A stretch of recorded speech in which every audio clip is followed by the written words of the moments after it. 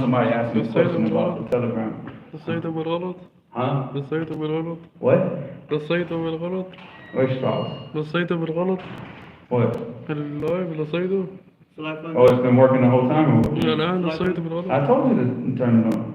Huh? For example, like Well, I'm saying, like, that neighborhood he comes from, back in the 90s, Hilltop in Jacksonville was like my mother's boyfriend's from Moncrief, and Moncrief is like, that's known in Jacksonville. You just ask anybody from Jacksonville and you say Moncrief, and they say, oh, that's like, it's a street that goes all throughout the north side, all the way to the northwest side. So Moncrief is known, even like comedians make jokes about, you know what I'm saying, just the danger of that street. So my mother's fiance at the time, I had a friend, and we had to drop him off in Hilltop. And my mother's fiance got scared. He actually got scared going there. This is in the 90s, right? And so we pulled up in the Hilltop, he said, I'm actually scared to come in here. And I said, you're from Moncrief, how are you scared? He said, this place scares me. And I said, now I don't feel good. You know what I'm saying? I was normal. My friend was just dropping my friend off, but when he said that, I was like, oh no, well, now you got me. But this was back in the 90s when it was like, really, really. So I mean, that's the area he comes from. So the people around him are dangerous. I got another question. He's definitely dangerous now. He's a dead Catholic, so he's definitely not dangerous. He's now learning the reality of how the life that he wasted right now. So. So, for example, you said cornrows haram, but like, for example, a person like me, I'm gonna be getting on the trucks, right? And my hair may not be as kept as it should be presentable. It's still not permissible. Cut your hair short. I was playing. Okay, that's all I do. My hair, it grows out. I take the clippers, I cut it back down. Grows out, take the clippers, and I don't like my hair getting long, especially not here because it's like 106 degrees today, so I definitely don't want my hair long here because it starts, you're sweating a lot, and then, you can't sit there and just keep washing your hair like all day long, so it's not good here anyways to have long hair. You can enjoy it. Enjoy it, Jesus. Somebody walked up to him today and called him Jesus. But yeah, like those hairstyles, they should be avoided. Cornrows, dreadlocks. If my kids grew dreadlocks, I would disown them. Wow. I would disown them. If they came to my house and told me I want to have dreadlocks, you better go find a new father. That'd be kind of random, right? But I mean, I'm patient, obviously, because there are a lot of brothers that have this stuff. But nah, man, that's imitation of criminals. And like I said, as a Muslim, we don't imitate criminals. Because that starts, like I said, it starts that heartfelt, sadness. And there's probably Muslims in Jacksonville right now that are sad. Not the Muslims that I know in Jacksonville, but I'm pretty sure that there are Muslims, people that pray in the masjid right now, that are sad that this dirty, rotten kafir got killed in Jacksonville. And I'm pretty sure they are. Well, he didn't get killed in Jacksonville, he got killed in Tampa, but whatever. So I'm pretty sure, but why? Because the imitation thing. See, that imitation, the following, all that stuff that formulates a love for a person. We don't have love for criminals. And criminals, nah, man. If this was a Muslim country, I think these dudes would be all locked up and killed. You know what I'm saying? The drug dealers and the gang members and all that stuff will be alleviated quickly. You don't see that stuff existing in Muslim countries. Like you're not gonna see no. Man, one time I remember, man, some kids tried to come over in Yemen, talking about they were Bloods, because there was a Yemeni kid that grew up in Virginia, right? Rich kid. He's a rich kid out here. It's always these rich kids that do this stupid stuff, right? Always the rich kids. So he's a rich Yemeni kid that grew up in Virginia, and then he goes over, he's talking about he's a blood. Boy, the police caught a hold of him. Oh, look who's calling. There's a brother, I told him that having the cornrows is haram, and now he's trying to go at it with me on text, and he's calling. Can you talk to him about it? I just spoke about it here. Cornrows is haram. It's haram. Assalamu alaikum. I'm not going to go, answer a phone call in the middle of a live stream. It's haram for a man. It's not haram. It's a female hair. It's a female hairstyle. No, hold on. Like all that black culture and stuff, that don't mean nothing to him. Nah, but that's not from male culture. See, No, there's too much look, noise. look. Let me tell you what. Separation. Look, during the 1990s, the music industry started using dudes like, Tupac and these rappers to start pushing female culture. I'm not gonna talk to him, you can watch the live stream. They started pushing like female culture onto the black community. So Tupac comes out with a nose ring. And who had nose rings in Africa? In West Africa, and Ethiopia and all that, it's the women. Go to Somalia and see who's got nose rings in Somalia. It's the females. So that's not a male thing, I think, but so that female culture started getting pushed on to the black community in the form of what? This is being gangster. But this is not, this is just driving the people to like what? To what you see today. Rappers wearing dresses, carrying purses, and acting like a bunch of, I don't want to say that F word, but gay people. Because if I say that F word on the live stream, boy, YouTube's gonna shut this video down quicker than we can blink. But you know what I'm saying? They're acting like a bunch of those people. So, and now that's what you see. It's because of that stuff was being pushed on the people. But who was controlling that industry? Go back and look. Who were the managers behind the people that was pushing that stuff? Tupac was wearing like what? Gay people's clothes. I think promoting like. What do you want? Hold on. What took? Versace. That's Go look at Versace and see what his sexuality was. Go look at those people that were making those clothes and see what they were about. And he was promoting that stuff to the T, I think. Muhammad. So all that type of stuff, I think, man, that's what I'm saying. We take our knowledge from Quran and the Sunnah. We don't take it from criminals and celebrities. I mean, even celebrities are criminals. I think kuffar are criminals. I think, because they commit a crime against the law. They lie. You notice how I let you speak until you finish? So you're gonna have to take that phone call. Alhamdulillah. So. Alhamdulillah. I'm gonna try to get my head around that. I gotta sit back and get alhamdulillah, because I was thinking of raising my head, but keep your hair normal. Just be normal. That's what I'm saying. Like, everybody, like this whole thing, and you see, whatever this society pushes, whatever America pushes, they're pushing the people to things that are displeasing to Allah. That's it. And this whole dreadlock thing, come on, man. Come on. Who's the one that started the dreadlock thing was started by the Rastafaris, and then it was taken up by the rappers recently. Even back in the days when I was young, there's like only maybe one or two kids that used to have dreadlocks. And down south, anybody that had dreads, guess what his name became? Hey, what up, Dread? That's it. He became Dread. That's his name now because he's the only person with dreads. And then when I came back to America, I was like, oh, what's going on, man? Did everybody become Rasta or something like this? You know what I'm saying? But it's that type of impersonation of the kuffar. No, it's not permissible. It's not permissible. It's disgusting. Anyways, why would you want to impersonate a bunch of criminals? I think. What type of low self-esteem do you have for yourself? Is this the hope that you have? Personally, that's not my goal. No, but I'm saying that's the majority of the people's goals. I mean, this is who you want to impersonate. Look, most of those rappers out here are broke as they ain't no joke. They get on the live stream, they're plotting all this cash, and they keep talking about, and I still live in the hood. Yeah, you still live in the hood because you're a loser and you can't even get out the hood. That's what I'm saying. You ain't got no money to get out. You're a loser. You know what I'm saying? Because you're still stuck in that rut, still stuck in that same stupid mindset that these kuffar put the people in the first place. Because again, that whole music industry, who controlled it? Who controlled it? Was that people from the ghetto that ran the music industry? Exactly. Rich ones. All right. And so what do you think that they wanted to do? You think that their whole thing was like, oh, we want to improve and help the black community? Or do you think that their whole goal was the destruction and get as many people locked up as possible so they can take all the Social Security and make money off of everybody being in prison? What do you think? So this type of, like, any of these types of trends that you see them pushing the black community, and not just the black community, every community they have trends that they push to keep the people busy with something stupid.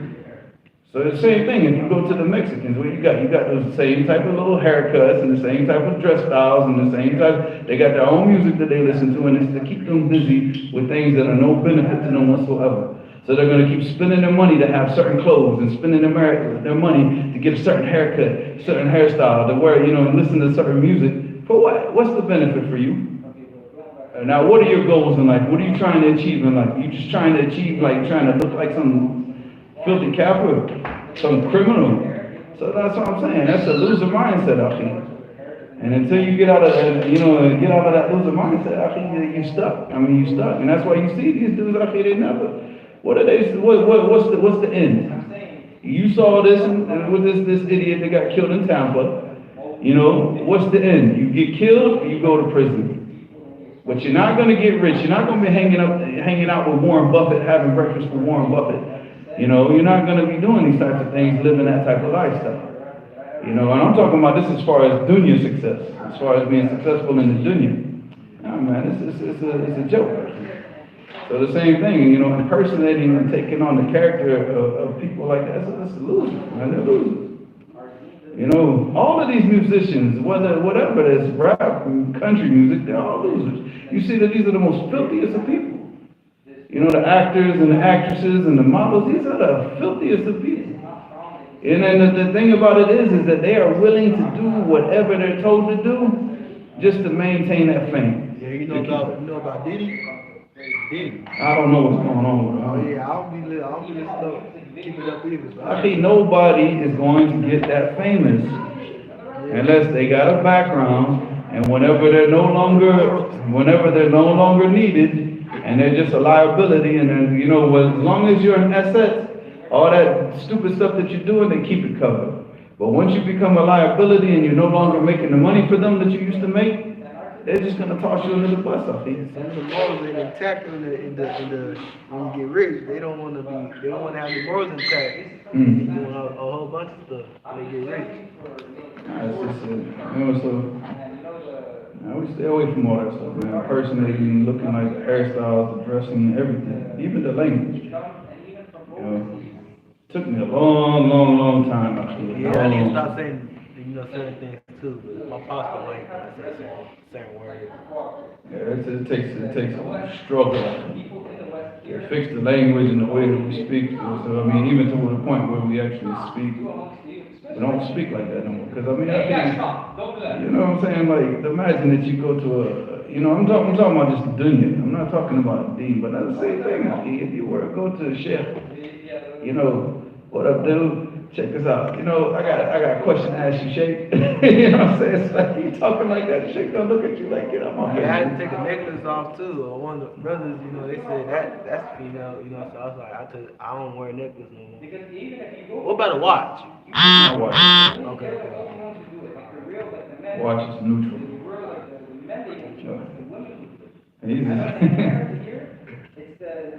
about the cornrows.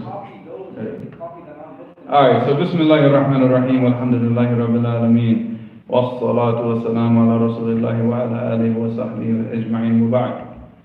So we're on chapter 39, Bab Hal Yaqulu Al-Mawla Inni Min Fulan. Alright, so this is a chapter, and this is talking about, obviously, in a minute. Let's read the hadith first. So this is a chapter because obviously back in the time of Islam, in the early parts of Islam, whenever they used to go to war with other, like whether it was with the polytheists or with the Jewish tribes, and if they defeated the tribes, then what would they take? They would take the people as like captives, as slaves, right? So then if the person becomes Muslim, the slave becomes Muslim, and then they free him, then this is what you call al-mawla. Al-mawla. So here it says, Bab hal yaqulu al-mawla. So the mawla is the person, the free slave. Inni min fulan. So the question is, because we talked about this before, because of Bukhari, we said that the Bukhari's name is what? Al-Jurfi. And we say, how did he get a Jurfi and he's not from the Arabs? And they always say the reasoning behind that was,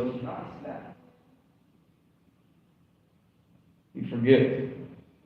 Because his great-great-grandfather, Mughira, when he became Muslim, the person who gave him da'wah and helped him to enter into Islam was a person from the family of Al-Jurfi. So because he became Muslim with the family of al-Jurfi, they looked at it like he was free, like he was a free slave. So he took on the name. Because the slaves, when they were free, they took on the name of the person who freed them, of the family that freed them. You know, so he took on the name of Jurfi because he entered Islam because of this man. So he's like, you freed me from Kufr. So he took on the name of that family. So this is the thing. The issue in this hadith is, and this is an Arab thing because of the tribes. Because they have tribes and the tribe lineage, they protected a lot, like I said. So if a person from this tribe, he's a slave and then he gets free, and he takes on the name of what? That tribe. So like, you know, but he'll say Mawla Bani Fulan. So let's say that the person from Bani Tamim, which is Bani Tamim is from the tribe in Hussein. So Bani Tamim, they free a person to say this is Mawla Bani Tamim. So the issue here in this hadith is the person allowed to say I'm from Bani Tamim without saying the word Mawla, because Mawla would mean what? Be saying like I'm a free slave from Bani Tamim, you know, or can he just say I'm from Bani Tamim? And this is the issue in the hadith. And the hadith is da'if anyway, so but I'm just explaining so you understand the issue, inshallah. Alright, حدثنا موسى بن إسماعيل قال حدثنا عبد الواحد بن زياد قال حدثنا وائل بن داوود الليثي قال حدثنا عبد الرحمن بن حبيب. Alright, عبد الرحمن بن حبيب is ضعيف فيه جهاد. قال لي عبد الله بن عمر رضي الله عنهما ممن أنت؟ قلت من تميم. قال من أنفسهم أو من مواليهم. قلت من مواليهم. قال فهل قلت من مواليهم.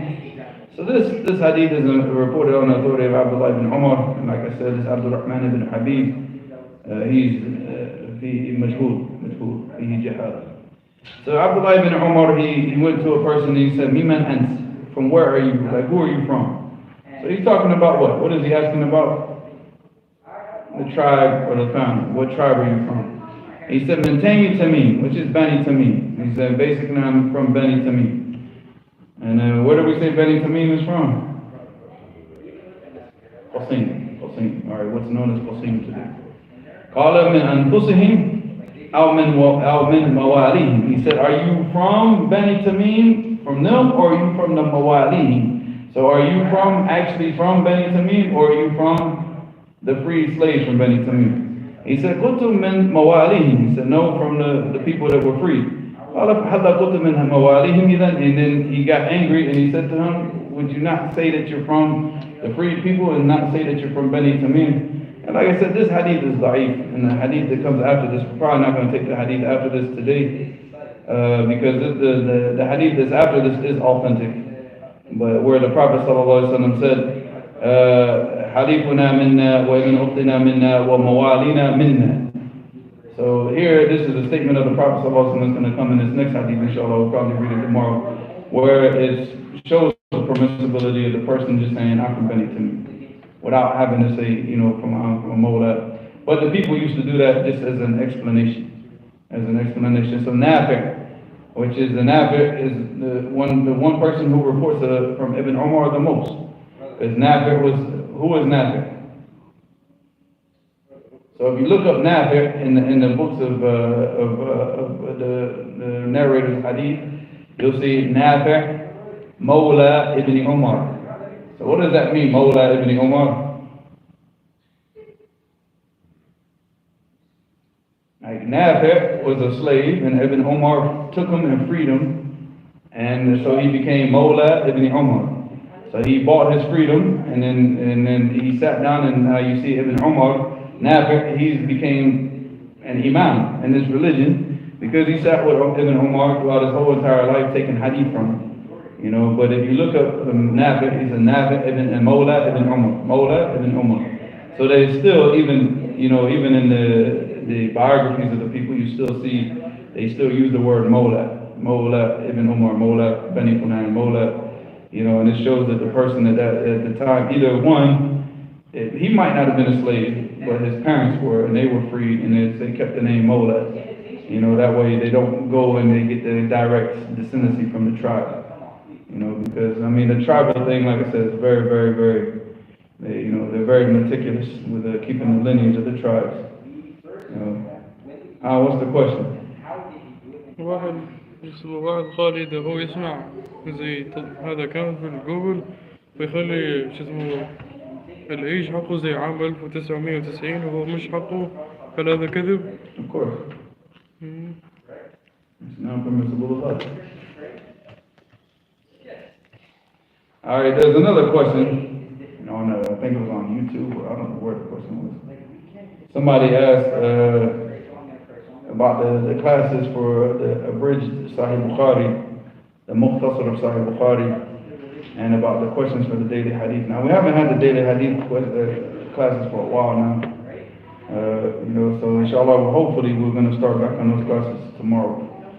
Me and the kids, we had a lot of work at the house, and we were sick for a long time because there was mold inside of one of the air conditioners. One of the air conditioners in the house is very old, and apparently it had mold or something, and my son was running the air conditioner, and then as soon as we turned that off, everybody all of a sudden has more energy. So I don't know if that was it. Allahu A'lam. I mean, I ate Ben and Jerry's and went out and worked and loading up that truck by myself with all the heavy stuff, so I don't know. I was fine as soon as that air conditioner got shut off, so maybe that was it. But so inshallah, as far as because the person was asking about the classes, are they only going to be audio? The daily hadith is only audio, because the daily hadith we just recorded whenever between Asr and Maghrib. So it's audio.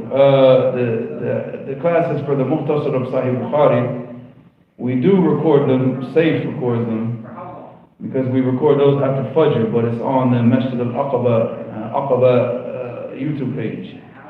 So you have to go to that YouTube page, but the classes we're not very, what's the word I'm looking for, consistent with the classes, with the video, because sometimes he forgets his camera, and sometimes he doesn't, because you got to keep in mind, we have to be awake at 3:30, at least 3:20, about 3:20, I got to get up at 3:20 for us to get to the masjid for Fajr. So there are times I run out, I don't have my phone on me, I forget it, he forgets his phone.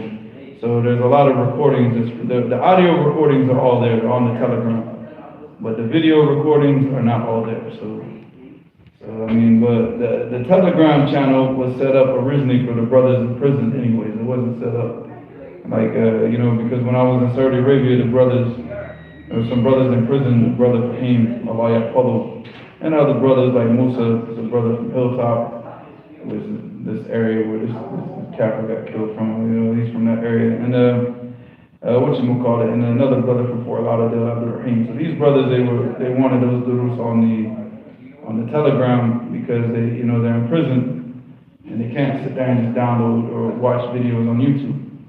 So it's easier for them to take the audios because they're smaller and because they have phones. And also because, the phones that they get in there, obviously it's illegal to have phones in prison, so they can't just sit there with the phones out watching YouTube videos because they get the phones taken away and they get charged.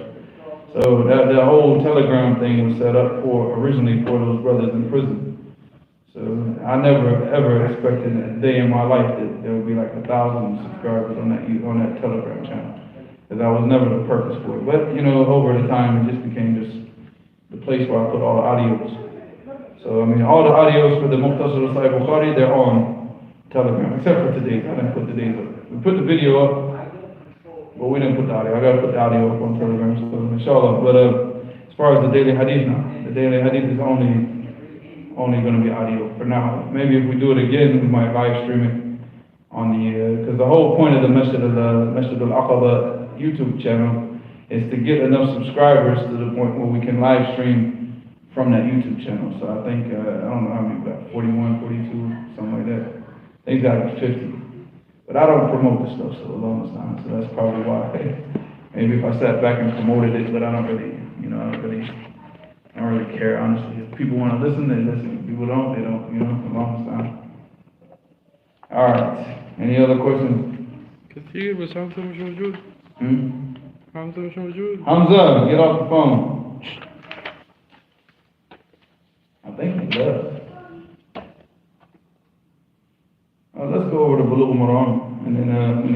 inshallah, and other questions. Alright, Bismillahir Rahmanir Rahim. Al-Hafiz ibn Hajar, rahimahullah ta'ala. So we're in Bab Ishrat al-Nisa. So this is the chapter on, what's the word for this in English? Ishrat al-Nisa is like كيفية التعامل بين الأزواج مع نسائهم. So how the man deals and treats the woman, what's the appropriate treatment that the man should have towards the woman in dealing with his wife. Because we already went through all the issues about getting married, right? So we went over the issues of the wali. We still have to go over the issue of the mahar, which is coming up, inshallah. But all the issues about actually getting married, we already covered those issues, inshallah. Most of them. Some might still lagging behind, but we'll get them in a minute, inshallah, in the other coming chapters. But now we're going to deal with okay, now that you're married, how are you going to, how do you act with your wife? So this is it. So the first issue is going to be one of those issues, inshallah. So we talk about Ishrat al-Nisa, and of course this is about, being good to the family. We have the hadith of Aisha, radiallahu anha, in which she reported that the Messenger of Allah sallallahu alaihi wasallam said, "Ani khayrukum khayrukum li ahlihi, wa ana khayrukum li ahlihi." So here the Prophet sallallahu alaihi wasallam, he said in the hadith, he said, the best amongst you are the best to his family, to his women. And he said, and I'm the best amongst you with my women. So obviously this is the precedence, right? So this is the salaf. So when we look at how we want to, man, we're gonna have to kick them out. Hamza, hang up the phone and get in here, man. He needs you with the questions, and the talking is getting on my nerves, man. Because I'm talking and then you're talking and it's like, alright. So the Prophet ﷺ said, and he said, the best of you, or the best of all you men, or the best of the men, or the best of the Muslims, or the best of the people, are the best of the women. And I'm the best of the women, and to my women. So this is what we follow. And this type of behavior that you start to see now, where it's being pushed throughout social media, where it's where these dudes, I guess, that live the life of being a punk most of their lives, and all of a sudden now they want to become super alpha male, and then they want to say that the problem is the women, and all they want to do is trash on the women. And obviously this has no place in Islam whatsoever. In Islam we follow, alhamdulillah, the man, if he's acting like a man and been doing the things that he's supposed to do as a man, in obedience to Allah subhanahu wa ta'ala, Allah subhanahu wa ta'ala will give him a wife whose obedience, inshallah, will be obedient to him. But if you live your life in disobedience to Allah subhanahu wa ta'ala, and then you have a wife who's disobedient to you, and doesn't act right with you, and then you want to go and get on social media and cry like a little baby and think that all the problem, the whole world, and everything in the wrong with the world today is the women, this is because you're a punk. You weren't acting right with Allah, so Allah subhanahu wa ta'ala gave you what you deserve. But if you act right and you do the things that you're supposed to do as a man, you see like the people that, the believers, you don't hear the ulama complaining about the issues that you see these crackheads on social media complaining about. Because of why? If you're not obedient to Allah, then don't expect that Allah subhanahu wa ta'ala is going to give you the super obedient woman. You get what you get, akhi. There's a bunch of good women out there, but those good women are what? طيبون للطيبات والطيبات للطيبين. That's it. The good are for the good, and not for a bunch of garbage knuckleheads on social media running around acting like a bunch of jokers and imitating the kuffar. What you want? The good women are not for you. The good woman, the woman that Allah subhanahu wa ta'ala blesses that person with a good woman, because this is obviously this is a qurrat ayn fi dunya. This is one of the most beautiful things that you can have in the dunya, is a righteous woman. Is a righteous woman. But that's a gift from Allah, and that gift is not given to some crackhead on social media that's running around listening to these jokers like Andrew Tate and all these other idiots. And then spreading this type of garbage amongst the Muslims. So now, man, we take how we deal with our women is according to the Quran and the Sunnah. We take from the Prophet. We don't take from these crackheads on social media. But anyway, so this is what we take from. The Prophet said, "Khayrukum lin-nisa'i, wa ana khayrukum lin-nisa'i." So And then, or the ahli, he said. But ahli here is referring to the women. So Allah musta'an. Anyway, so, Babu Ashrat al-Nisa. It's hot. You just came from outside, didn't you? It's hot outside. I think it was still like 90-something degrees in this night, so. It was hot, man. Yesterday it was hot. It was raining though. You saw it? Yeah, earlier, yeah. Man, I was like, man, Hot and humid. Which makes it worse, because then it becomes humid when it's raining. But as soon as those the clouds parted, and that heat came back, and that was it. And it was over. Alright, so hadith number 1013, according to the Dar es-Salaam publication, Bab Ashrat al-Nisa. And Abi Hurairah radhiyallahu anhu. I told him to get the kids out of here. عن ابي هريره رضي الله عنه قال قال رسول الله صلى الله عليه وسلم ملعون من اتى امراه في دبرها رواه ابو داود والنسائي ولفظ له ورجاله ثقات لكن اعل بالارسال. We're going to take two hadiths, this one and the one after, because they're both connected.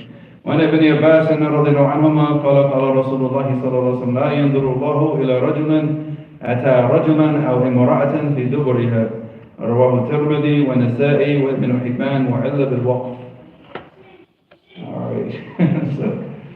Alright, let's go. Bismillah. So hadith number 1013 في سنده الحارث بن مخلد وهو مجحول حسن ولكن الإمام الألباني رحمه الله حسن هذا الحديث based on the different narrations, and even Amir al-Sanani, he said the same thing, because he said that this hadith was reported on these hadith were reported on so many different Sahaba that even though each chain of narration with each different Sahabi is got some kalam in the chain of narration, but he said you can't, it's the same thing. If you look at all the different chains of narration, so even Amir al-Sanani and Subul al-Salam, he mentioned that the hadith is Hasan, and Shaykh al-Albani mentioned that the hadith is Hasan. And then, and we'll go with Shaykh al-Albani, Imam al-Albani, rahimahullah, and Amir al-Sanani on that one. That the hadith is Hasan because of the number of different Sahaba that narrated the hadith. So, here Abu Hurairah radiallahu anhu, he said that the Messenger of Allah sallallahu alaihi wasallam, he said, cursed is the man who goes to his wife from the backside, from the back door. And this hadith is reported on the authority of Abu Dawood, wa Nasa'i, wa lafzuhu, and this is the wording of Nasa'i. what does that mean? Going through the wrong place that you ain't supposed to be going to. Oh. The back door. Oh. Not going through the front door, going through the back door. What we refer to in Florida as the dookie chute. Yeah. I always used to love that Floridian term.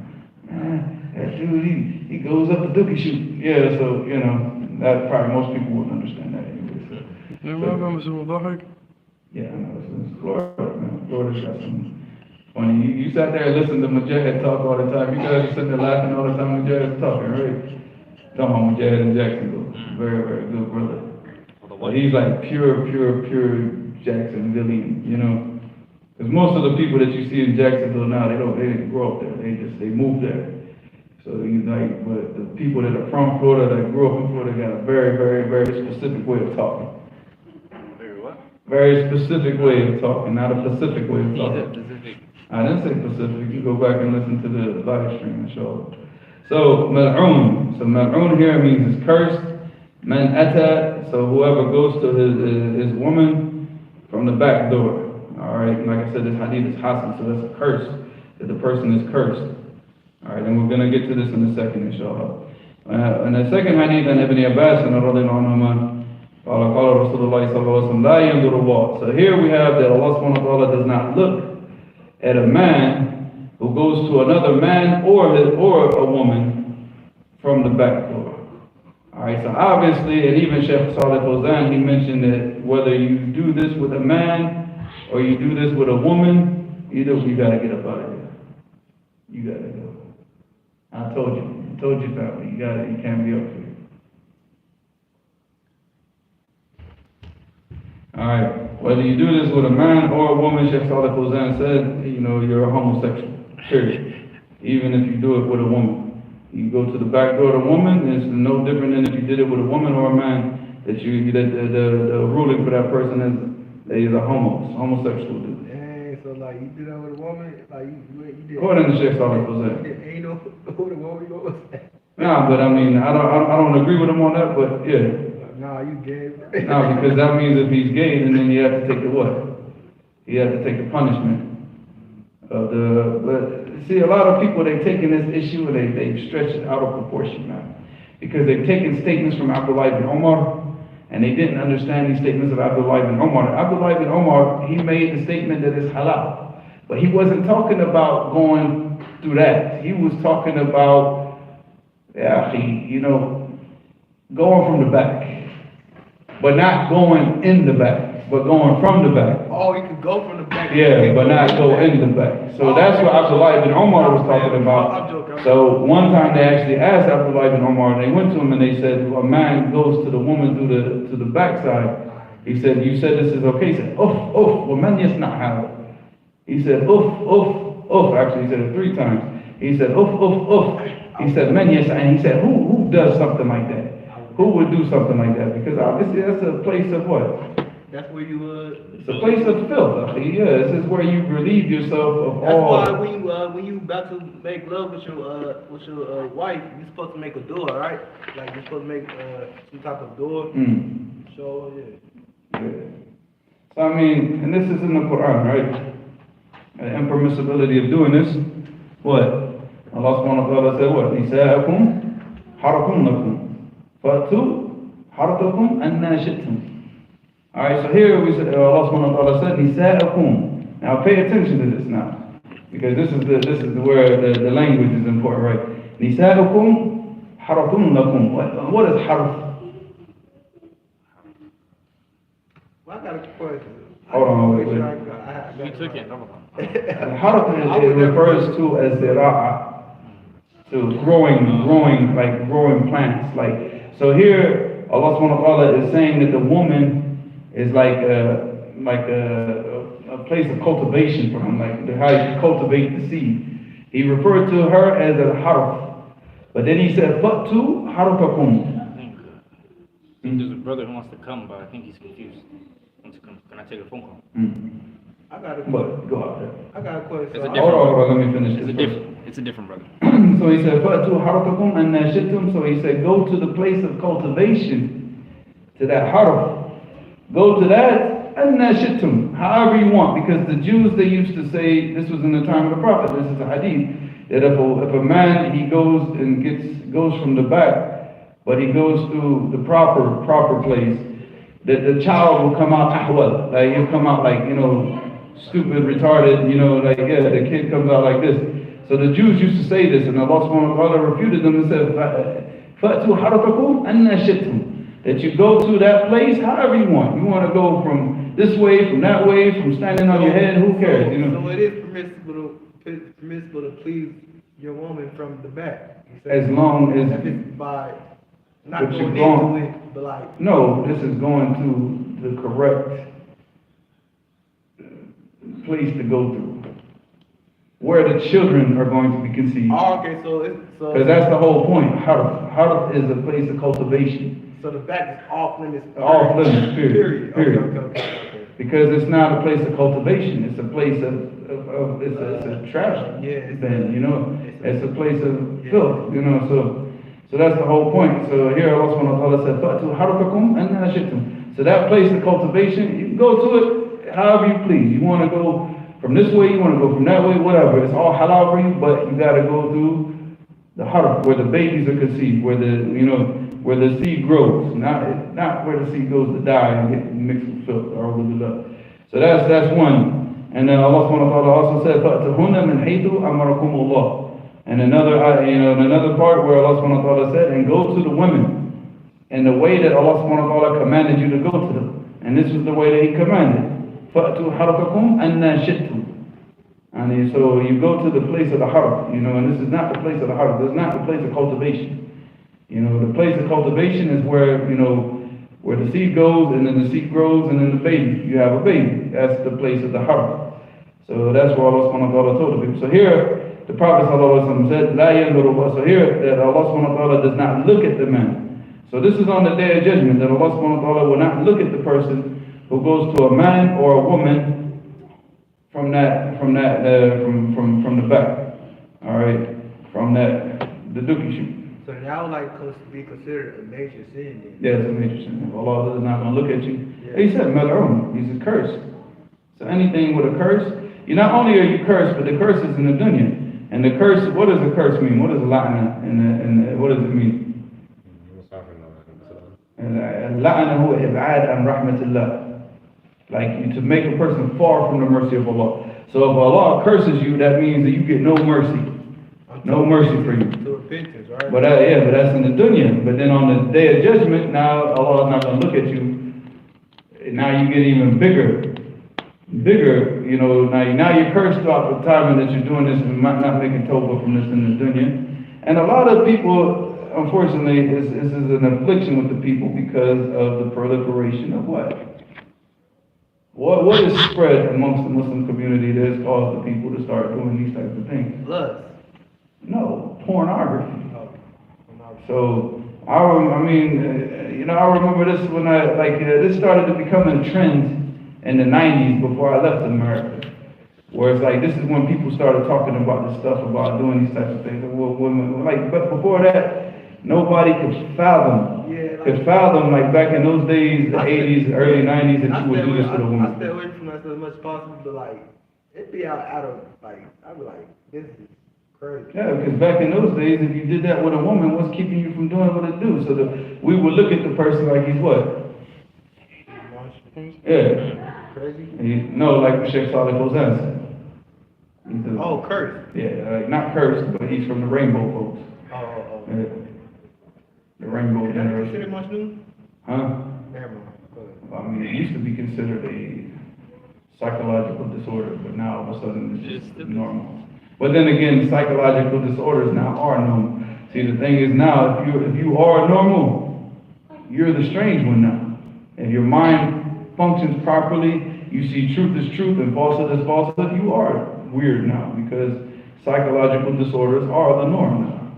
Now we have, like, everything is controlled by people who are psychologically not sound, along with some questions, so we can get away from it. This topic is something that we have to talk about because it's from the deen, but khalas, it's done. Khalas, it's haram. Someone says, Ustad, something I was always confused about is, what would a woman do if she was captured? Captured, what do you mean? I don't know. Captured like what? Captured Captured like in war, put in jail, or Can what? I say the word? Like the R word? Huh? No. I don't think he's talking about rape now. The next one says, But I mean, captured like what? That's all the question says. that's all the question says. Like, the way I read it is the way it is. What would any of us do if we were captured? Like, dua, Yeah, that's it. Depends on what your capture is, and who you're capturing. This one says, Assalamu alaikum wa rahmatullahi wa barakatuh. Wa alaikum salam wa rahmatullahi wa barakatuh. أحسن الله عز وجل إليكم. شيء. وقال slave. الأول. Yeah, inshallah we'll go back to it. But this one that I just read, if a man touches a woman or says something anti-Islam to her, should she tell her father if he is present or not? If she knows her father will either kill him or at least put him in the hospital. If he touches her, he needs to be put in the hospital. If she doesn't want to be touched by him and he goes and touches her, he needs to be put in the hospital. That's a beautiful thing that could happen now. Killing him is not permissible. Putting him in the hospital is a nice little Lineage, like a nice little medicine for going around touching women that you're not permissible to touch. So apparently the first question is talking about if she was enslaved by non-Muslims. Nowadays, or what? I don't know. Make dua. I mean, what can you do? You do your best to get away and run away and get away. That's it. What can you do? I don't know. I mean, you're talking about, who's been put in that type of situation to where I can sit here and speak from experience. All I can say is from thinking, like, okay, if I was in that type of situation, what would I do? We try to escape, man. You making dua, trying to escape. That's it. I mean, what else can you do? This one says, is slavery abolished until the Mahdi and Isa, or is it that if a Muslim country becomes powerful, then they can restart it? I don't know if it's gonna, like, is you talking about, is it gonna come back again, or I don't know. Because you gotta understand, man, that these kuffar, they run around they try to take the credit for everything, right? So these kuffar, they went and they did slavery in the past was Muslims fighting against the kuffar, taking the kuffar. It didn't matter what, these were people from tribes of the outer, but they were kuffar, they take them, doesn't matter who they are, These kuffar, the Western, we know who was behind the slave trade, the Western slave trade, we know who was behind, the same people behind the music industry, right? So they want to sit here and they did what they did and committed all the atrocities that they did, and then they want to abolish slavery, like they were the ones that started that. The Muslims were already, Islam has always praised the quality of taking people, if you find a Muslim in slavery, freeing him, paying the money and getting him free and to free him. This has always been a quality of Muslims, to get the, Muslims out of slavery. As far as the kuffar, if they don't, the kuffar, they don't want to worship Allah. Because we're slaves to Allah. That's what we're ultimate slaves for. But the people, they don't want to act right. They don't want to be slaves to Allah. We end up becoming slaves to what? Like right now, look at the type of economic system that we're in right now. That's not slavery. It's like a mental slavery. No, it's a slavery. I mean, they wrote it. Right? They wrote it when they started the jails and prisons. What did they start the jails and prisons for? To put people back into slavery. That was the whole purpose of it. So now they can get all the slave labor out of a person. For what? For free. Who's gonna pay for their food and everything? Taxpayers. But like, look, how much is a license plate cost? Like one license plate right now, I remember back in the 90s, I think it cost like $250 to get a license plate on your car. Who's making those license plates? Dudes in prison. So you imagine all these license plates getting all this money that they're making off of these license plates, selling them at $250 a piece or more now, because obviously this is back in the 90s. That's slave labor out here. And they've been doing this for, this was the plan anyways. But the economic system that you have here, of, taxing the people and everything, who do you tax? You don't even own your own home in America. I mean, you can sit here and say, oh, I bought my own house. Yeah, okay. Let you own the land, right? Like you don't own the land. You got to pay taxes on the land.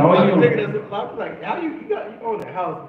And let you not pay the taxes on that house, and let them come and take your house and say, well, and you decide, well, I'm going to take the walls and the doors because that's mine too, and see what happens to you. You don't own none of that stuff.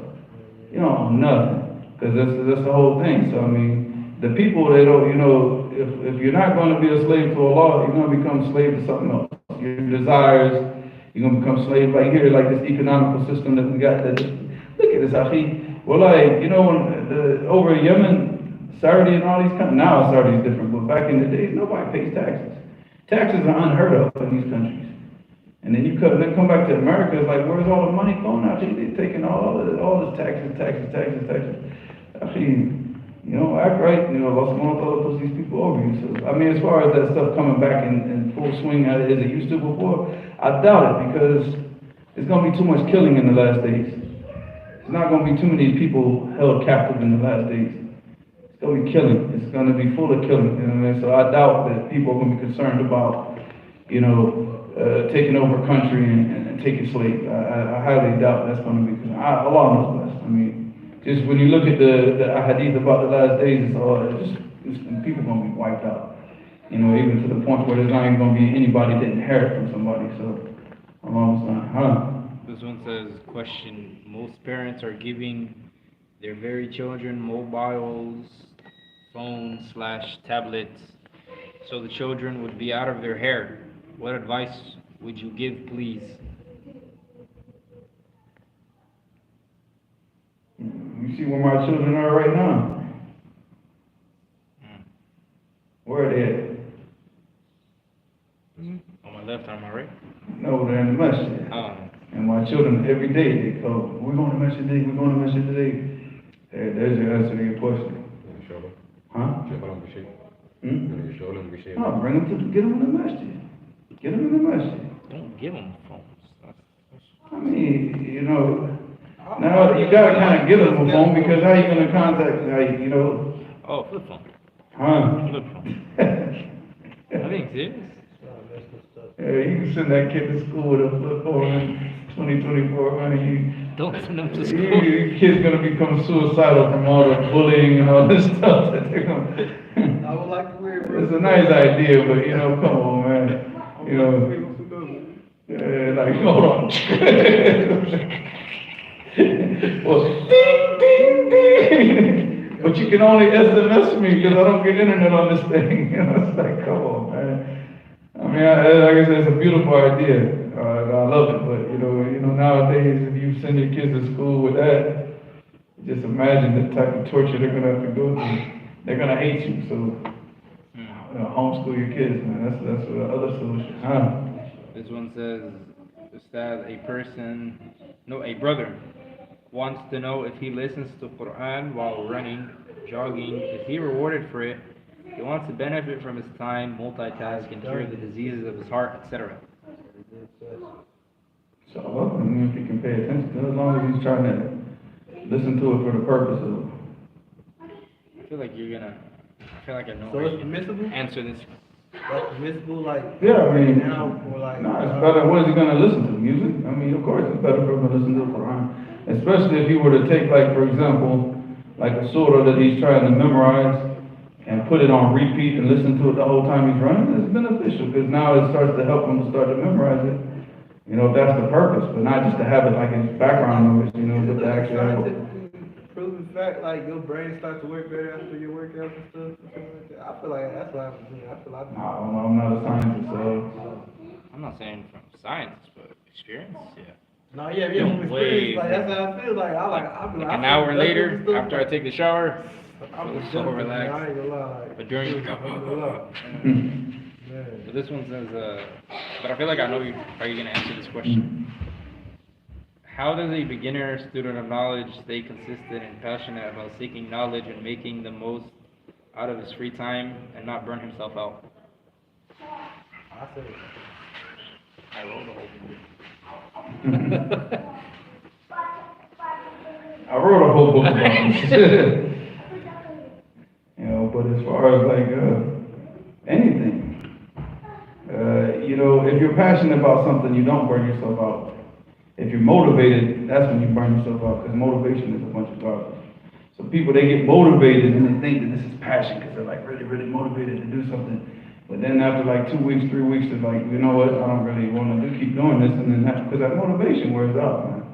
If you're really, really passionate about something, you don't burn out from something you're passionate about, you know. So, and then the more you learn about the deen and the closer you get, because each stage that you have to go through, learning the Arabic language and memorizing the Quran and understanding the Quran and memorizing the Sunnah and understanding the Sunnah, each stage you just, you feel more and more passionate about it. So I don't most people, they say that they're passionate about something, but they're really not. They're just really motivated. That's where they heard some talking, they got motivated.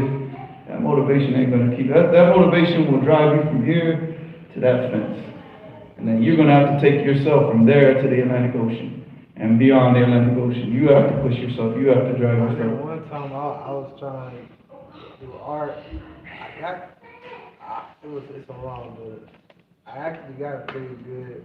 And then I just like this takes a lot of time. I had to cut it off. I'm like, I don't even draw that. That's what I'm saying. It takes a lot of time. Like art takes a lot of time. You got motivated, and you realize the work that has to go into it, and you're not prepared to make this, put in that work. So, I got that's this a lot. So you know about the motivation. One of the brothers, he's been a Muslim for like around a year and a half. He told me that before he accepted Islam, he would listen to these motivational speeches that it got to the point where he woke up one day like at 4 a.m. yelling himself in the mirror saying, I can, and I will, and I must. That's what they read. When he told me, I started laughing. Because that's what they preach. Like, you gotta wake up every single morning. 4 a.m. Tell yourself I There is can, no and I tomorrow. will. There is no tomorrow. Like, it's so There funny. is no tomorrow. Wake up every morning at 4 a.m. and grab a Mus'haf and start reading. That's what you need to do. There is no tomorrow. This one says, if someone uploaded a paid course to YouTube, then is it allowed to watch it? If someone uploaded a paid course to YouTube, then is it allowed to watch it? What do you mean allowed to watch it if it's paid or what? If you paid or if you're watching it for free? If you paid. Like if they paid, yeah. If they paid. Somebody uploaded a paid course to YouTube and they paid, are they allowed to watch it? Now think like someone, they upload YouTube videos, but if you want to watch their videos, you have to pay. Is that permissible? To make the people pay? Yes. For knowledge? Yes. I mean, there's a difference of opinion about making money off of knowledge, but I mean, each person is going to say something different, but, you know. Look, you got two sides of the argument, right? You got people, you got the reality, and this is just it. Students of knowledge, they come back to America, what do you think? They just magically have money, they magically have their bills paid. No, I mean, students of knowledge, they come back to America, they don't even, most of them don't even know where they're going to be living. They're going to have to live with family, they're going to have to live with somebody for a minute, and they have to start, you know. And then what happens now, if they're like trying to get online giving dawah, maybe they're not able to give dawah in the masajid because the masajid are controlled by a bunch of liberal hypocrites. So what are they supposed to do now? So then they get online and they give dawah and then for free. He's got to pay bills. He's got a family to feed up. So I don't knock people for doing that stuff. I don't, if a person does that, but he, keeps it within the means, and obviously you're not sitting there charging people $1,000 a month, for this course. I mean, like if you're teaching Arabic online and you charge people like whatever, some money, I don't knock people for that because I think people got to eat. It's a country, and then people aren't supporting people that are giving dawah. It's just the reality. And the people are, I'm not saying nobody is, there are people, alhamdulillah, every time that we've had issues in the past, the people support it. The people come and support it.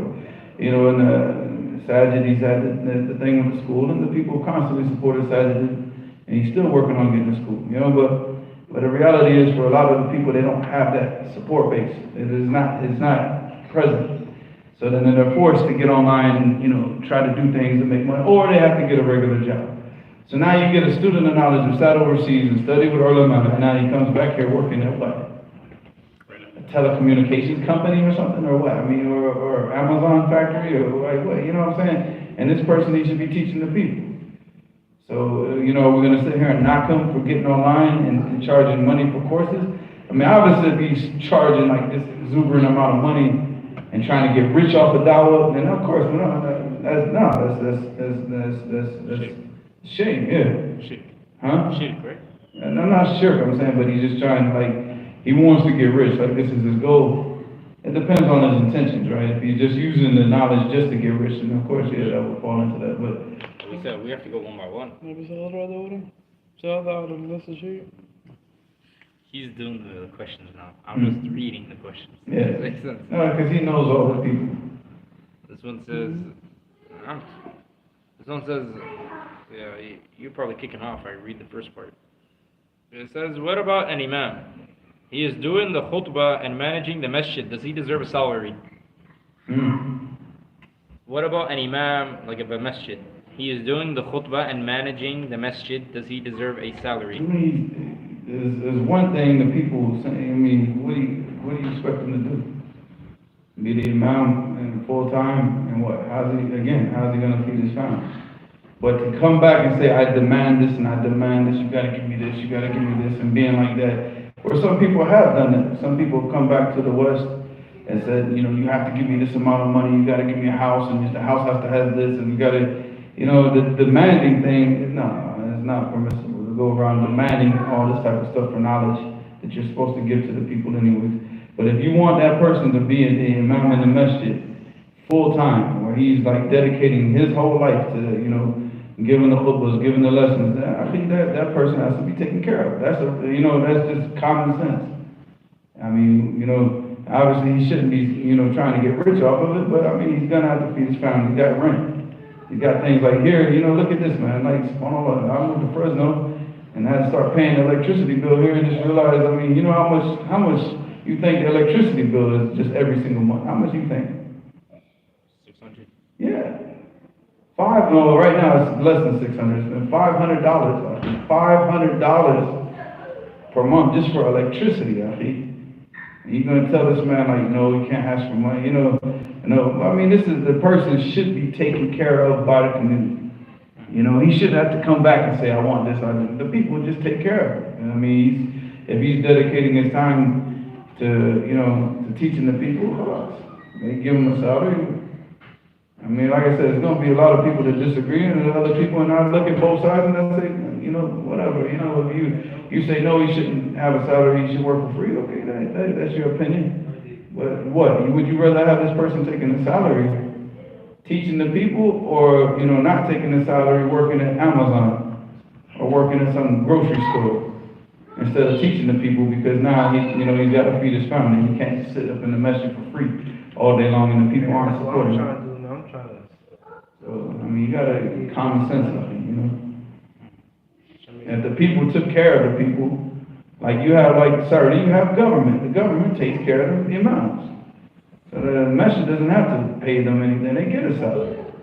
All those imams, they're gonna get paid. That's their job. And they get that salary, if I'm not mistaken. If I get it, they get it as a government employee. Plus. You know, you have a Muslim country where the government takes care of it, but you're in a non-Muslim country where prices are sky high, you know, and now you're talking about, well, he can't, you know, you can't. Okay, tell you, how is he supposed to feed his family? Come up with another solution. And vegetables, natural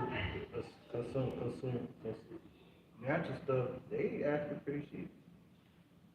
No, but I mean, you're looking at the rent, the electricity. Yeah, you need about $3,000 here a month just to keep your head where you're not dry, like just your nose is above the water. And you can breathe out your nose, but you can't breathe out your mouth, because your mouth is still underneath the water. So, I mean, now you're going to sit here and say to this person now, you know, you can't demand a salary. Okay, so now what is he supposed to do? You know, come up with another solution. Okay, so he starts writing books and selling books. You say, oh, look at you, you're trying to profit off the dollar now. All he's trying to do is feed his family. Like I said, it goes back to you have people who use the dawah to become rich, like it's a money-making scheme. That, bila shak akhi, may Allah never give them any barakah in the dawah that they do. You have this. You have people that they, you know, like dawah for them is like, you know what, it's a money-making scheme. You know, that's it. You know, and you'll see them like promoting stuff and having these conferences and doing all these types of things for what? Because it's money. It's a way to make money. But then you got people that really want to teach the people, but they can't if they can't feed their families. And all he wants is the money to survive. So we can sit there and fall for that, you know. But people do. People shame, he's taking money. You know. I got a question. So, haram, so let's say, for example, like you said, the means to survive and to feed the family, right? So let's say, for example, selling drugs. Would that be permissible if people can't really? No, I'm asking questions. But I'm saying that that's the other option. What, you want them to become I'm saying if you want him to be in the masjid full time, teaching the people and still feeding his family, he might as well become an imam drug dealer. You know what I mean? What other option does he got? Seriously, you know what? You're gonna have him working 10 hours a day. You'd have to work like at least 10, 12 hours a day, 6 days a week, just to keep up with the bills here. When is he gonna teach? So now in his free time, when he's off of work, he wants to be with his family. Would you expect him to come to the masjid and teach for free now? You know what I'm saying? So it's like, I hate the people, I don't know, man. Like I said, there's one thing in trying to survive. And there's another thing about using the dawah to get rich and turn it into a money-making scheme like a lot of these hizbis have done over the years. And the bilal shak, that's haram. And they're going to answer for that on the day of judgment. But you got brothers out here, they just want to teach the people, but all they want, they're not looking for like a mansion and a nice car, just whatever gets them by. So what are you going to fault the brother for that? Next question. Ustad, Ustad, what are your thoughts on the book شرح أصول اعتقاد أهل السنة والجماعة? لا ذكاء يا أخي. It's a book of the Salaf أخي. Should a baby student of knowledge study books by himself if he doesn't have a teacher in person on the same? I mean, you should understand the issues that he's going to be talking about in that book. So that's not a book that you just start off just reading. Right now, you just say, okay, you know, well, I mean, obviously you would have to have Arabic language to read that book. And if they translated that book into English, I'm like, God, what's going on with the world today? But assuming that this has not been translated, you have to have Arabic language to read the book. But to understand the issues that he's going to be going into in the book, you're going to have to sit down and go and study the Aqidah of Ahl Sunnah wal Jama'ah first. So a lot of people, they make the mistake because they go off and they start studying these books that talk about the Aqidah of all these, like, you know, groups that have gone astray. Yeah, you need to know your own Aqidah first. You need to know the correct Aqidah first. What is the Aqidah of Ahl Sunnah wal Jama'ah? What is it that is, you know, we believe as being from, you know, following the path of the Salaf? What are the beliefs that we're supposed to have? Study that first.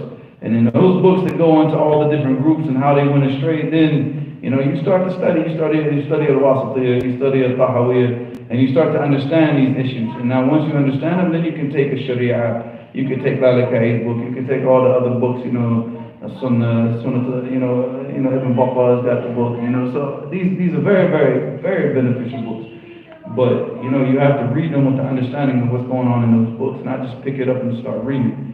If you don't have a background, you study the correct Aqidah first, and then you start to study and see, you know, like how these groups and, you know, how they went astray, and then, you know, inshallah, you have no problem reading those books. It was in, should he, okay.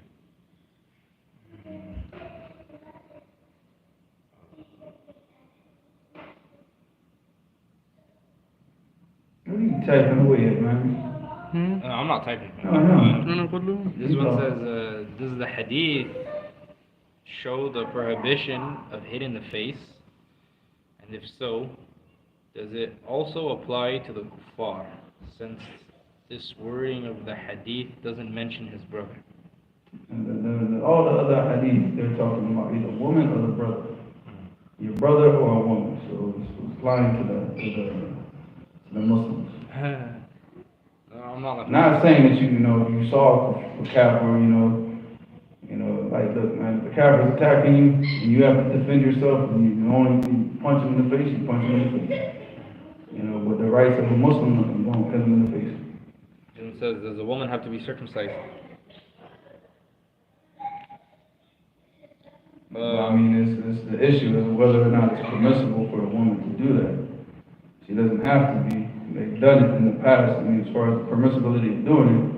But the problem is a lot of these countries, they cut off too much. And that's doing a disservice to the girl. Because the girl, then she, you know, if you cut off too much, it's going to destroy, you know, her enjoyment in her marriage life, you know. So, like, doing that, you know, not, so I mean. That's what they want. Huh? I think that's what they want. Yeah, but that's evil. That's wallahi, that's evil. That's what they wanted?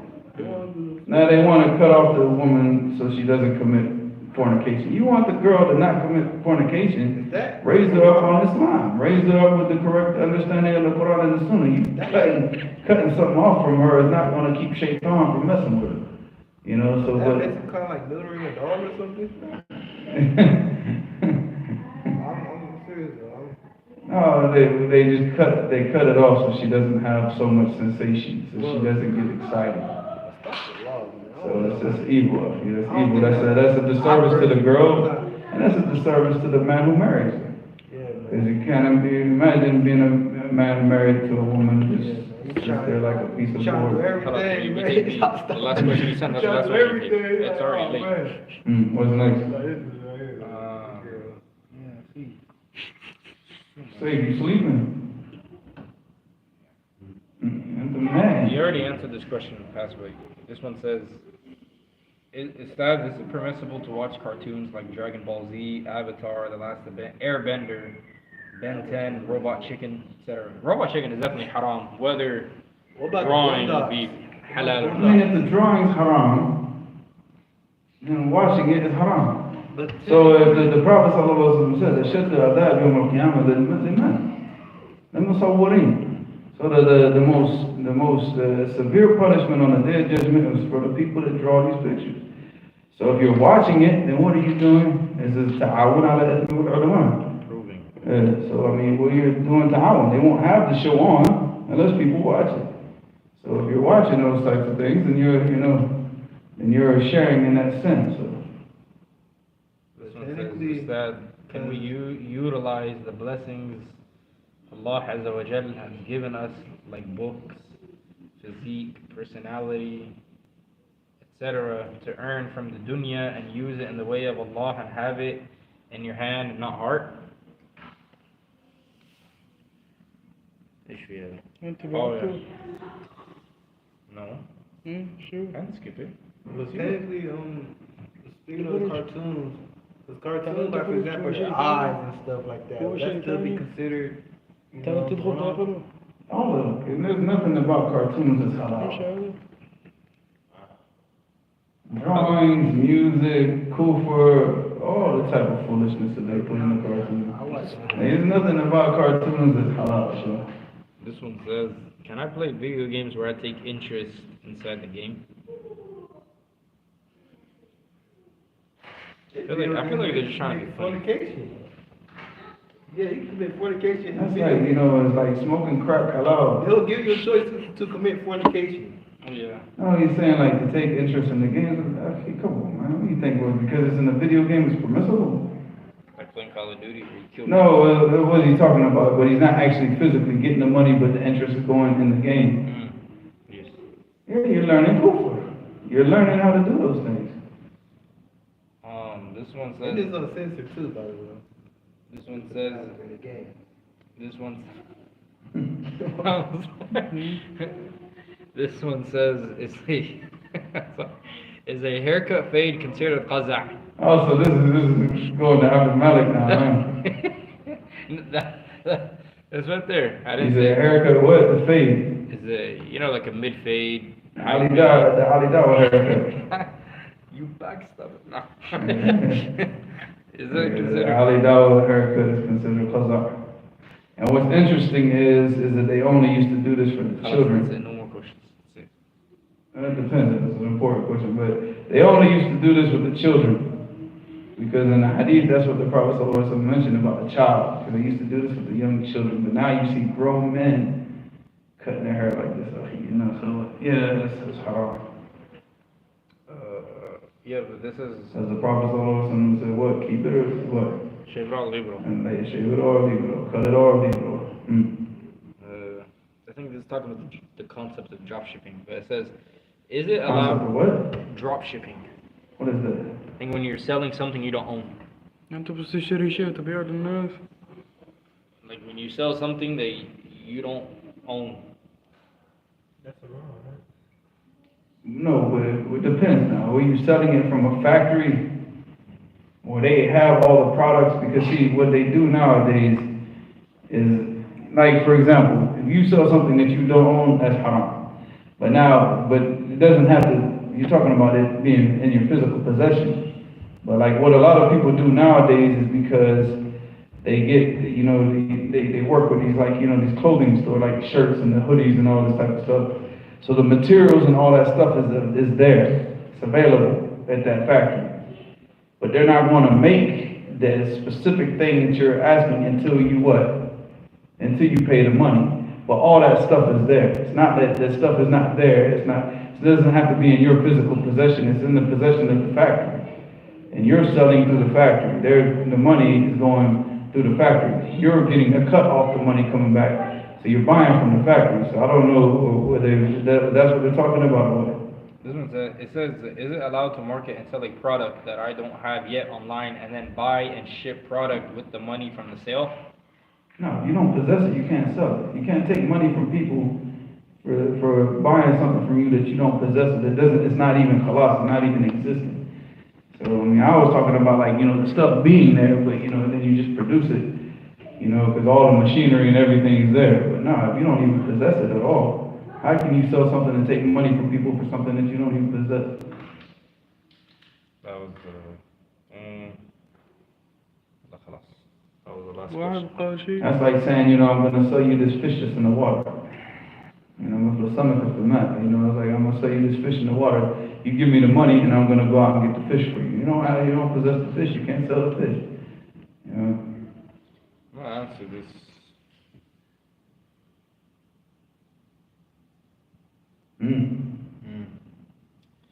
This one says, do we have to remove the conditions and preventative factors before labeling someone a mubtadi', fasiq, or zindiq? Are the conditions of takfir apply to these categories of people? Or And people? he's talking about establishing the hujjah. I mean, I'm assuming that's what وما كنا معذبين حتى نبعث رسولا. The hujjah has to be established upon a person, period. You can't call a person a mubtadi', you can't call a person kafir until you establish the hujjah on a person. Wait, what? And even if you I'm do talking about establish, kuffar. No, I mean a kafir like a Christian or a Jew or like a clear cut. so it's different We're talking from about kafir? we're talking about a Muslim who does something that could take him out of Islam, and then they want to make takfir, or he does something that's considered, that's bid'ah, and then they call him a mubtadi', and you got to make sure that he understands the situation and everything. Because I mean, you cannot assume people know things nowadays, and you got to assume the exact opposite. Yeah, I was bad at that too. I'd be thinking but then I'd be like, I had to grow up and be like, man. No, because if you sit down and have conversations with the majority of Muslims all around America, in the West, I've had conversations with Muslims in the Muslim world, Arabs, and you'd be surprised at the very little knowledge that a lot of people have about Islam. So you cannot just, you have to teach the people. That's right now, you have to go, if you're giving dawah, you can't run around and just say, start labeling people. You have to teach the people and establish the hujjah first. the amount of times where I say, The Prophet Muhammad he did what he did, he taught he for 8 years or something like that, half his life? No, 10. 10? Okay, so I mean, he taught Tawheed his whole entire life, his whole entire prophethood. From the time, from the first revelation, all the way until his death, he taught Tawheed, because everything in this deen is Tawheed. There's nothing in this deen that's not Tawheed. So, but as far as teaching it as a specific thing, like, we had 10 years. just to add on to what you said, a lot of people, they don't know. I remember a lot of times where I'd be like, Shaitan is not an angel.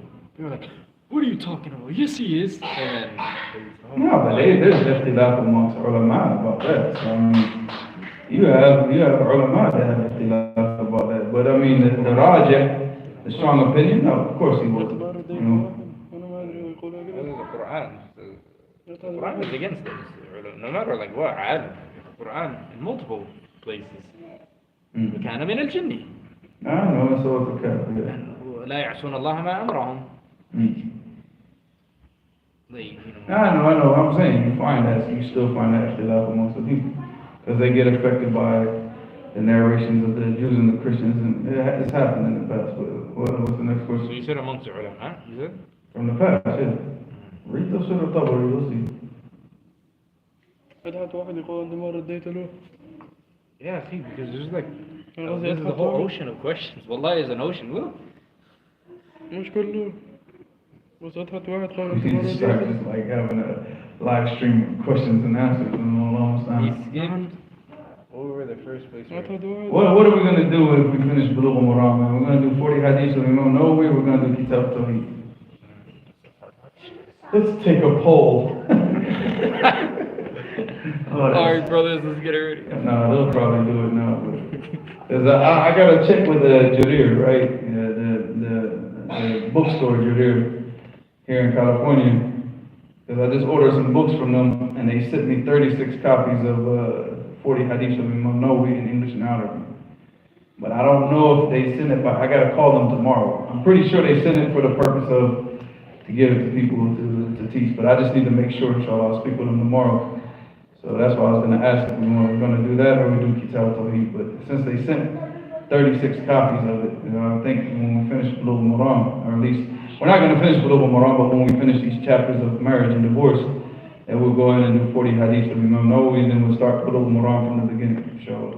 This person says, can a man order his wife to wax her areas to remove all of the hairs?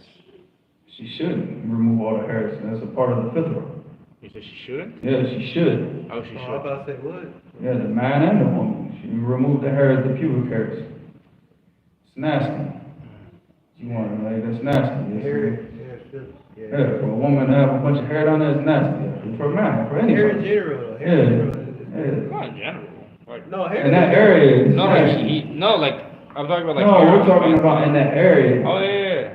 It's nasty. It's like, up here too, right? Like, it's hair. no, we're talking about pubic But hair. I'm saying in general though, like, is hair not dirty? Like, is it not? But there is dirtier because, you know, you're sweating throughout the day and then all that just collected, all that bacteria collects up in the hair. You know, no, man, that's just nasty, man. So, It belongs in the drink. mm.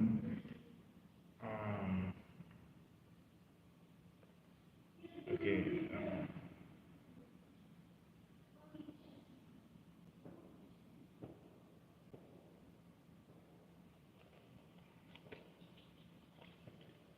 That's the first one.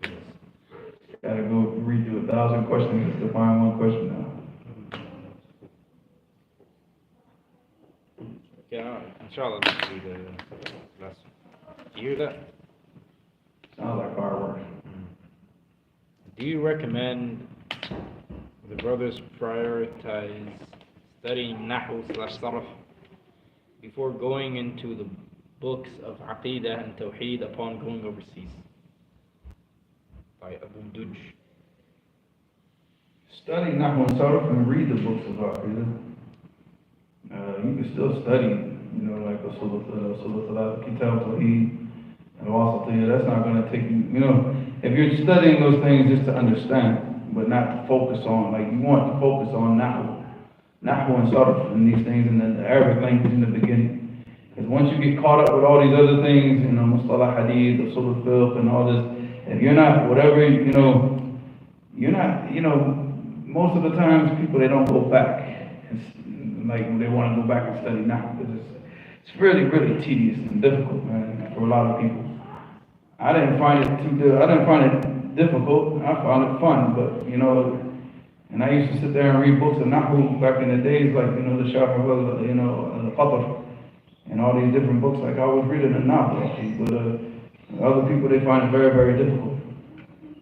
So I sit down and like I was reading Shadur al-Dhahab, like seriously, like it was like for me, I was reading like a Stephen King book, but other people, they can't do that. So if you have the want to do that in the beginning, you need to knock that out in the beginning, you know, because otherwise, once you get involved in all these other sciences, especially like the science of Hadith and Fiqh and all that, you're not gonna go back.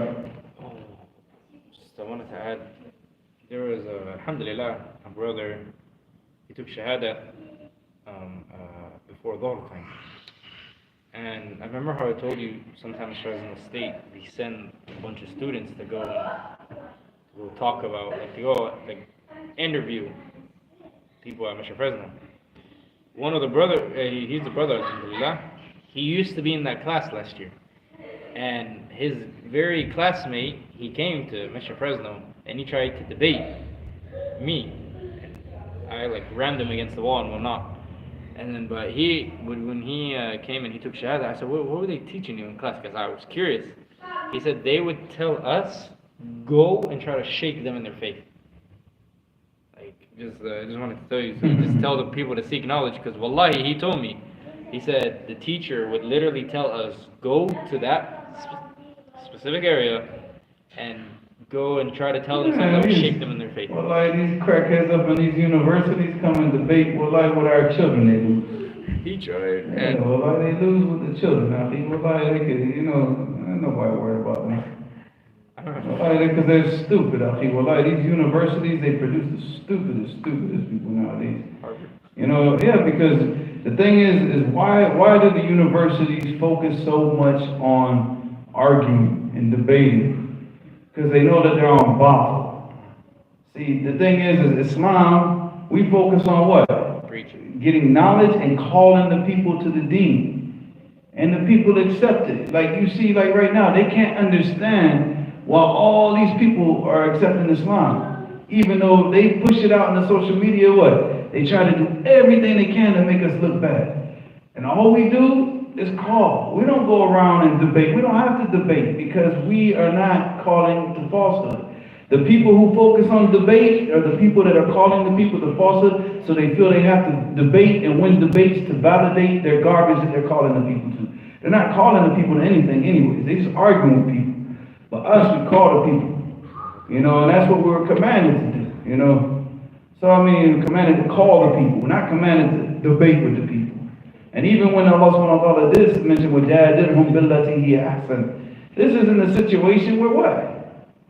You have no choice, and they're arguing with you, and then you don't argue back with them. وَجَادِلْهُمْ بِالَّتِي إِشْ هِيَ أَحْسَنُ. Establish, call them to the Quran and call them to the Sunnah. That's the ahsan. Call them to Tawheed. Look at these jokers like these Becky Khomeini type people that participate in all these debates. Wallahi, he sits there the whole debate for an hour, 2 hours. You hear him saying one ayah from the Quran, one hadith from the Messenger sallallahu alaihi wasallam. What are you calling the people to? Are you calling them to Islam? And you're not even calling the people to the Quran and the Sunnah, because the Quran and the Sunnah is not even a part of your debate.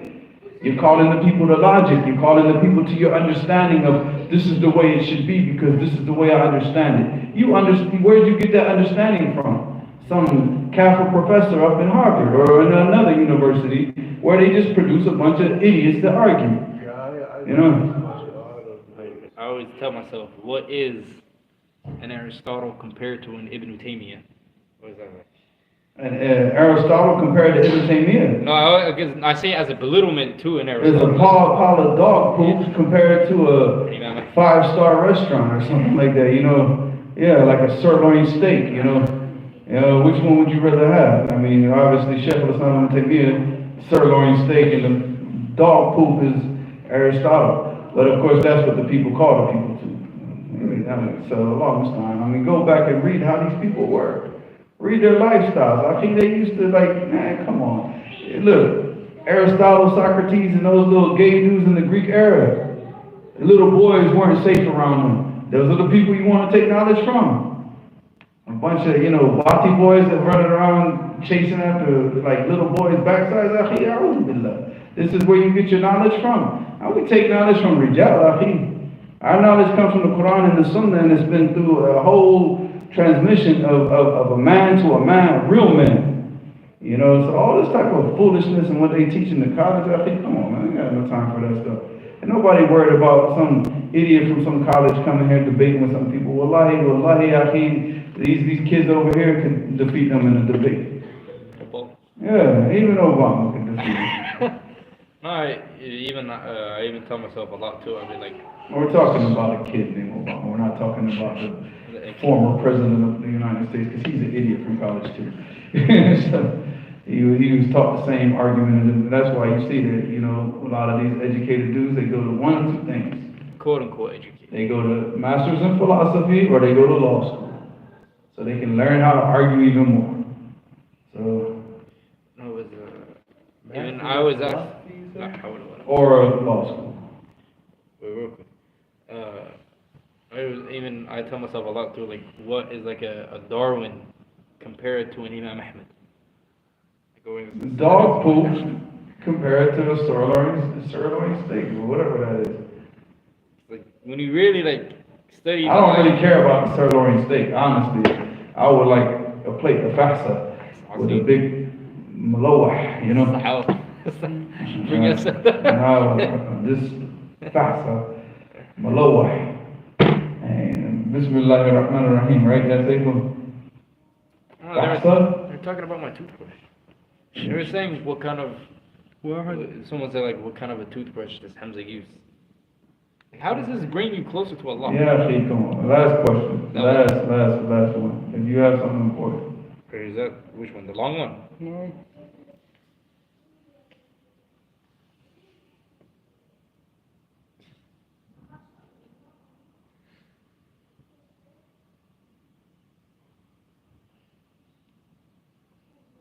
I'm only answering all these questions because I'm too tired to stand up.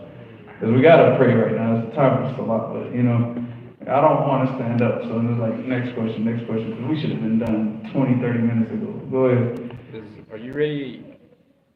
Do you want to speak out against a specific individual or no? Depends on who the individual is in the house. Okay. Can you explain who Muhammad ibn, I think, al-Karram, I think that's how you say it, was, and what our stance is regarding him? Also, Who is he? I said, if I'm saying the name right, Muhammad ibn al-Karram. And also, if I'm saying it right, Muqatil ibn Sulaiman. I don't know who any of those two are. Oh. There you go. That's it. That was أنا كنت مهم لك شلون نحن نستغفرك ونتوب إليك. Who's calling the adhan? safe. Say, come No, on, man. brother,